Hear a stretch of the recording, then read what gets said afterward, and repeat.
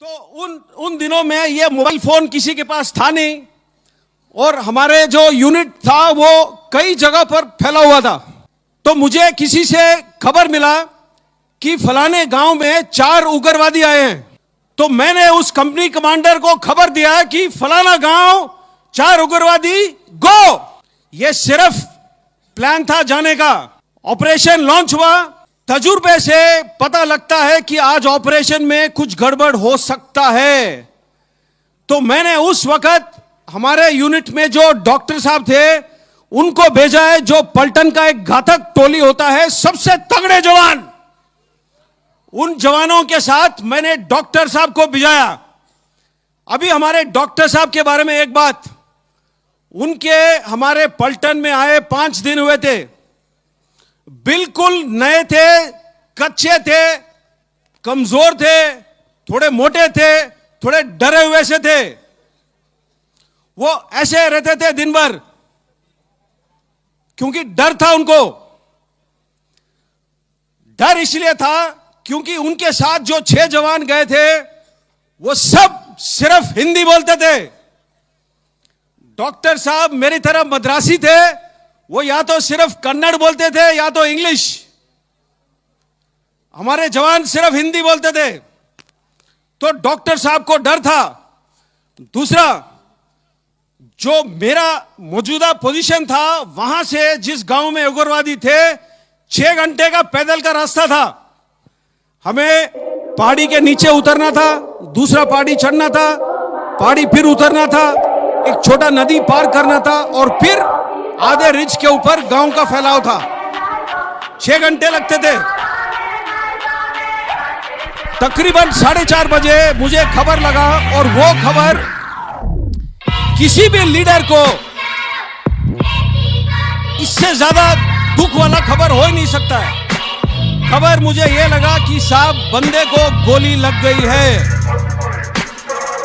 क्यों खराब लगता है?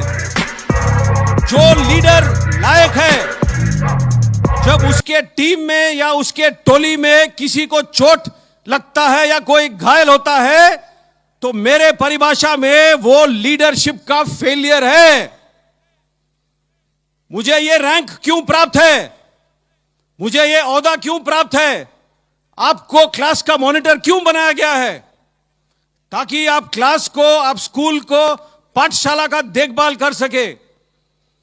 अगर मेरे नेतृत्व के दौरान और मेरे नेतृत्व में कोई शहीद या घायल होता है तो हो सकता है वो मेरी लापरवाही हो, और वो लापरवाही फेलियर है।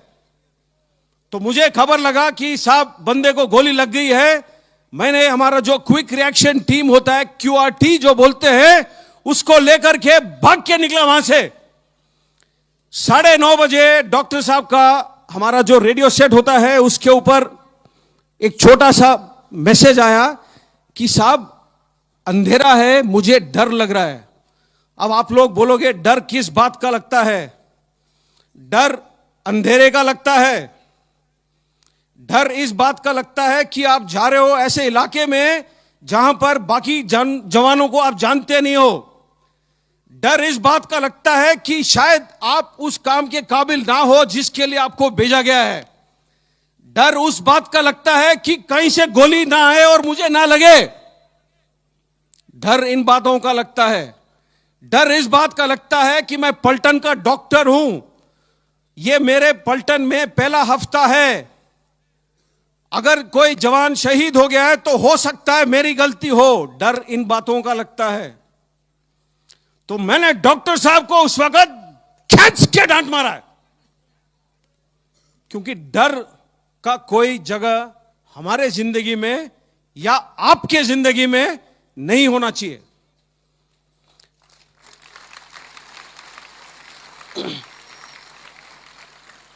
मैंने बोला मेरे को दोबारा कोई मैसेज नहीं चाहिए आपसे। तकरीबन 11:30 बजे डॉक्टर साहब का फिर मैसेज आया।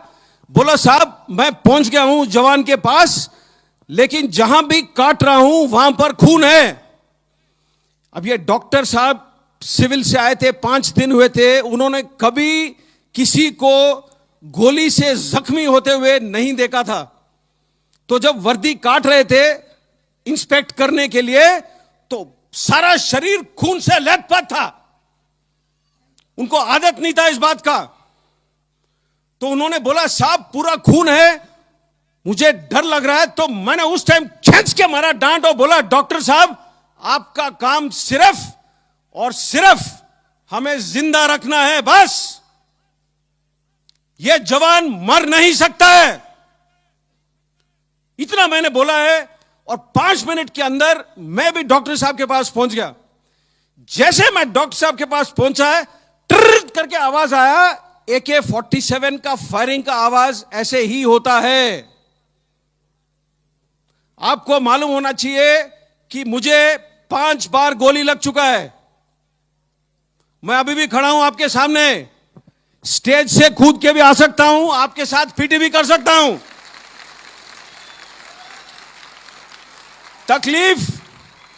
तकलीफ मुझे भी होता है, तकलीफ उन हर जवानों को होता है जिसको लगता है गोली। लेकिन मैंने बोला एक चीज है जो विज्ञान से ताकतवर है, दिल। उस दिल से चलता है यह फौज, और इस फौज से चलती है यह देश। तो यह याद रखना है आपने।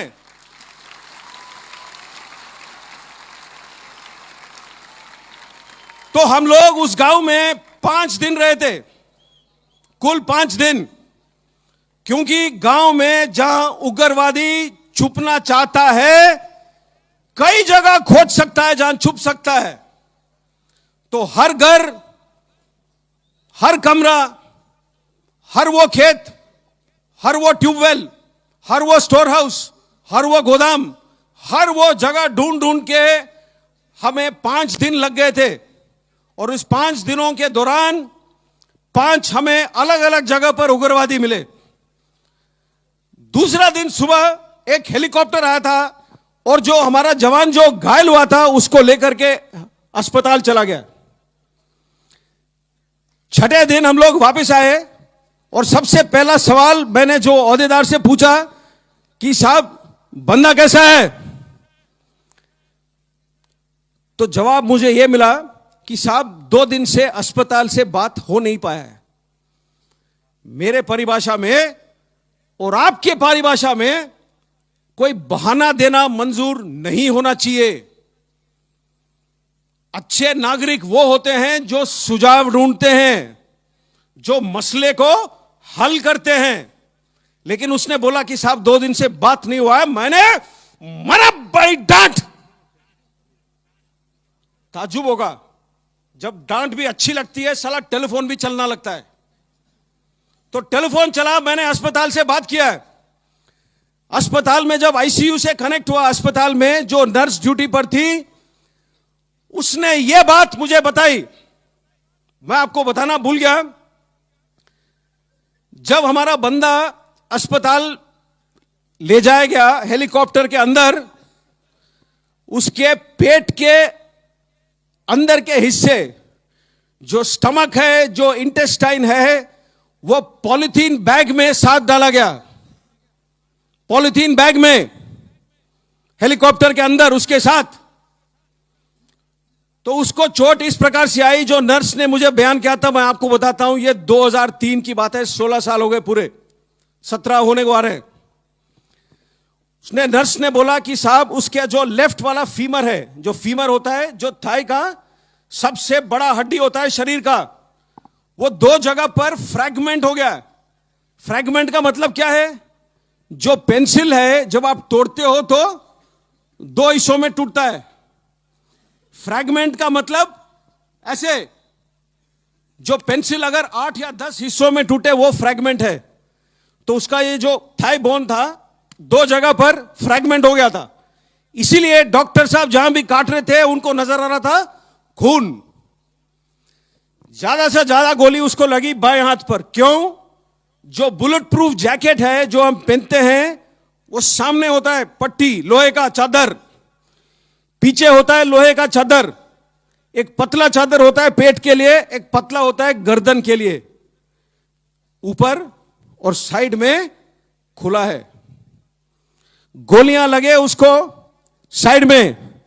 अगर आपने गोली नहीं देखा है आज तक तो मैं आपको बताता हूं, पेंसिल दिखाओ, अपना पेन दो, वेरी गुड। जो गोली का आगे वाला हिस्सा होता है इतना ही होता है और इतना ही पतला होता है। जब गोली लगता है बंदे को और बंदा पड़ा हुआ दिखता है आपको, अगर आप खोजोगे कई बार आपको गोली के निशान नजर नहीं आएंगे। लेकिन प्रॉब्लम क्या है, जब गोली 2 या 3 लगते हैं एक साथ, शरीर से सीधी लाइन में नहीं गुजरते हैं। गुजरता ना तो सीधा चाहिए, लेकिन टेढ़ा मेढ़ा जाता है शरीर के अंदर। अगर आपका किस्मत खराब है, 2 गोली अगर शरीर के अंदर आपके टकराते हैं तो 2 गोली 4 टुकड़े में हो जाएंगे या 6। अगर आपका किस्मत ज्यादा खराब है और उसमें से कोई टुकड़ा आपके किसी हड्डी को लगता है तो हड्डी का भी एक पीस निकल आता है। अब ये 7 या 8 पीस सफर करते हैं शरीर के अंदर से। तो जो 3 छोटे छेद यहां पर होते हैं, जब यहां से निकलता है तो बड़े बॉल के छेद में निकलता है। इसीलिए उसके पेट के अंदर के हिस्से को हमने पॉलिथीन में पैक करके भेजा हेलीकॉप्टर में। सबसे ज्यादा चोट उसको ऊपर आया छाती में।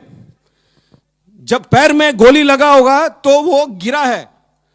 अब पहाड़ी में 20 मीटर 25 मीटर कितना नीचे गिरा है वो तो कोई नहीं जानता है, लेकिन जब गिरा है तो उसका छाती किसी बड़े पत्थर के नुकीली चोट पर पड़ा है और यहां उसे चोट आई। तो जो लोहे का प्लेट है वो दबाता है जो फेफड़े, जो रिब्स है। तो उसके 5 रिब्स टूटे हुए थे और 5 रिब जब टूटते हैं तो अंदर की तरफ टूटते हैं। तो उसका जो बाएं वाला फेफड़ा था उसमें 5 जगह पर छेद हो गया और जो लंग था लेफ्ट साइड वाला उसमें बॉडी फ्लूइड और ब्लड पूरा भर गया था। ये उसके चोट थे। जब नर्स ने ये मुझे बयान किया तो मैंने नर्स से सीधा सवाल पूछा, क्या बंदा बचेगा? और जैसे डॉक्टर साहब लोग आमतौर पर होते हैं, ये नर्स ने बोला, सर मैं नहीं जानती हूं। तो हम लोग जो वर्दी पहनते हैं थोड़े, मैं बोला ना, दिल से करते हैं हम काम, दिल से। तो मैंने अपने सोच में मुझे यह लगा कि अगर मैं उससे बात कर सकता हूं 1 सेकेंड, तो हमारे जो 1000 जवान हैं उनका जो मन का शक्ति है, जो दिल का शक्ति है, वो मैं उस तक भेजूं टेलीफोन के थ्रू। मैंने नर्स को पूछा क्या मैं बात कर सकता हूं उससे? तो उसने बोला कि साहब 6 दिन हुए इसने आज तक बात नहीं कही है। इसकी आंखें खुले तो है, लेकिन ये क्या सुन सकता है, क्या महसूस कर सकता है, क्या बोल सकता है, मैं नहीं जानती हूं। मैंने फिर भी बोला कि आप फोन का जो हैंडसेट है उसके पास रख सकते हो? तो उसने बोला हां। तो उसने फोन उसके हैंडसेट उसके कान के पास रखा और मैंने उस टाइम उससे पूछा था, निम्बाराम उसका नाम है, वो सीकर डिस्ट्रिक्ट राजस्थान का है। मैं बोला, निम्बाराम क्या हाल है तेरे? 15 या 20 सेकंड गुजरे, कोई जवाब नहीं आया। मैंने सोचा शायद वो खत्म हो रहा है, शायद वो सुने नहीं मेरी बात, शायद वो बोल नहीं पा रहा है। मैं फोन रखने वाला ही था अपनी तरफ से, क्यों उस टाइम तक मेरा दिल पूरा ही टूट चुका था। फोन मैं रखने वाला ही था, एक बिल्कुल पतली सी आवाज में जवाब आया। इतना चोट खाने के बाद बिस्तरे पे पड़ा हुआ है जवान, पतला सा आवाज में बोलता है मेरे से कि साहब पेट में थोड़ी सी तकलीफ है। और फिर बाद में बोलता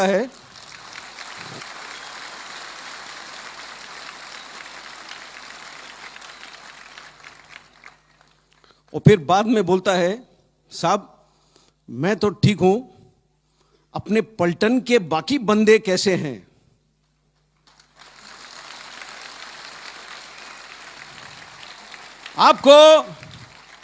आपको कहानी सुनना है तो कहानी ऐसे सुनो। कहानी सुनाना है तो कहानी ऐसे सुनाओ। जो जवान खुद मृत्यु के दरवाजे पर खड़ा है, वो मृत्यु के आंखों में आंख डाल करके खड़ा है उस वक्त, और वो सिर्फ सोच रहा है अपने टोली में बाकी बंदों के बारे में। यह होता है सेल्फलेसनेस, यह होता है किसी और को त्याग करने का काबिलियत। अगर आज के तारीख पे तिरंगा लहराता है गर्व से हवा में, ऐसे लोगों के वजह से लहराता है। यही वो सांस है जिससे यह देश जीता है, और इसी जवानों के वजह से मैं हमेशा कहता हूं, मुझे 5000 जन्म दे दो, मैं दोबारा यही वर्दी पहनूंगा।